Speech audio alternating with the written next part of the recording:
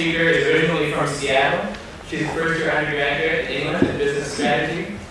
She's currently organizing a startup weekend event at U of M. Let's get a big round of applause for Nancy Xiao.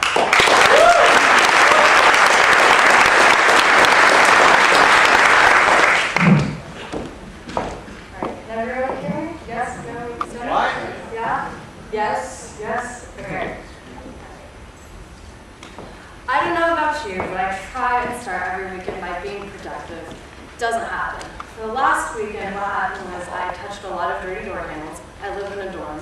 Got really sick, did a lot of screaming, mainly after Saturday night around 6:30 p.m. after the game. And so it was really, really crazy. And there's better ways to spend those 54 hours. I want to introduce to you an event called Startup Weekend.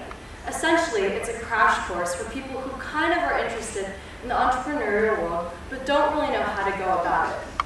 So it's experiential education. It lets you figure out either, wow, this sucks, or I love this. This is incredible. And so what it is, it's a 54-hour event where you build a business in literally 54 hours from start to finish. We work with a lot of different companies, big companies, small companies. We work with different foundations to help these people realize, I'm leaving Boeing or whatever, this sucks, I'm leaving right now, or, oh God, this is never happening ever again, like you saw in the last slide. It all started in 2007 with Andrew Hyde in Boulder, Colorado. He came up with the concept of helping people figure out what they like about the startup industry without having to do anything too drastic like leaving their job. The first startup weekend happened in January of 2008 in Seattle. Over 100 people showed up with no publicity at all, and it was a complete catastrophe. It was terrible. There was a lot of people there, but what happened was every single person in that room was working on one project.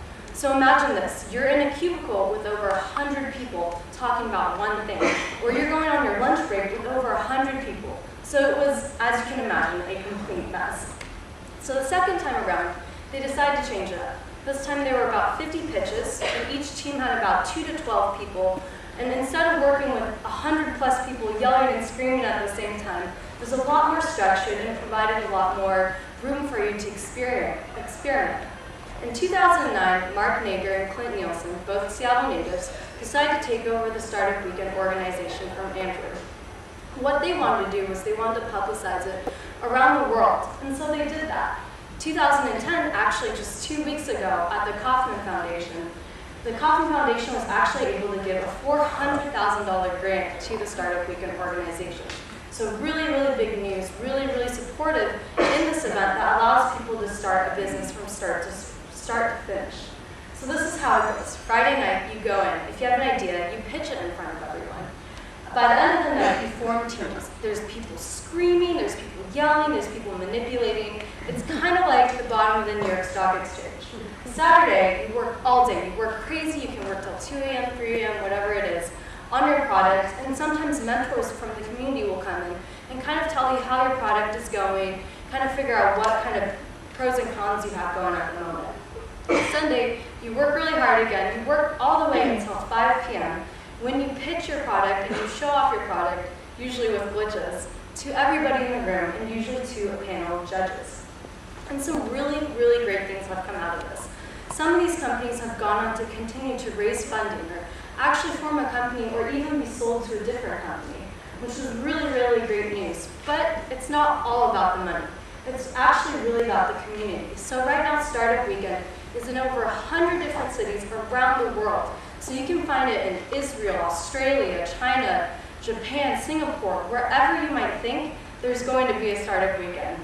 There's over 125 organizers who are super excited about putting on this event and getting people excited and getting new people as well as people who have been through it before to come in and experience something that could be potentially life-changing.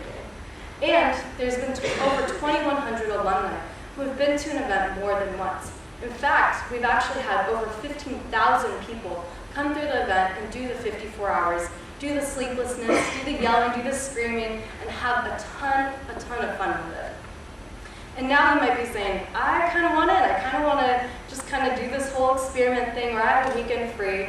And you can. So this January, Empower, the biggest undergrad entrepreneurial organization on campus, is going to be hosting a startup weekend at the University of Michigan. And so it's going to be open to the community. We're going to be running it through the Center for Entrepreneurship, the Zell Leary Institute, the Entrepreneur and Venture Club, and it's going to be tons and tons of fun. And so if you're interested, be sure to check out startupweekend.org. You can come up to me and ask me more questions. But do be sure to just try it. Just get out there, get your feet wet. It's a completely different feel from the typical day job, and you are absolutely going to love it. Thank you.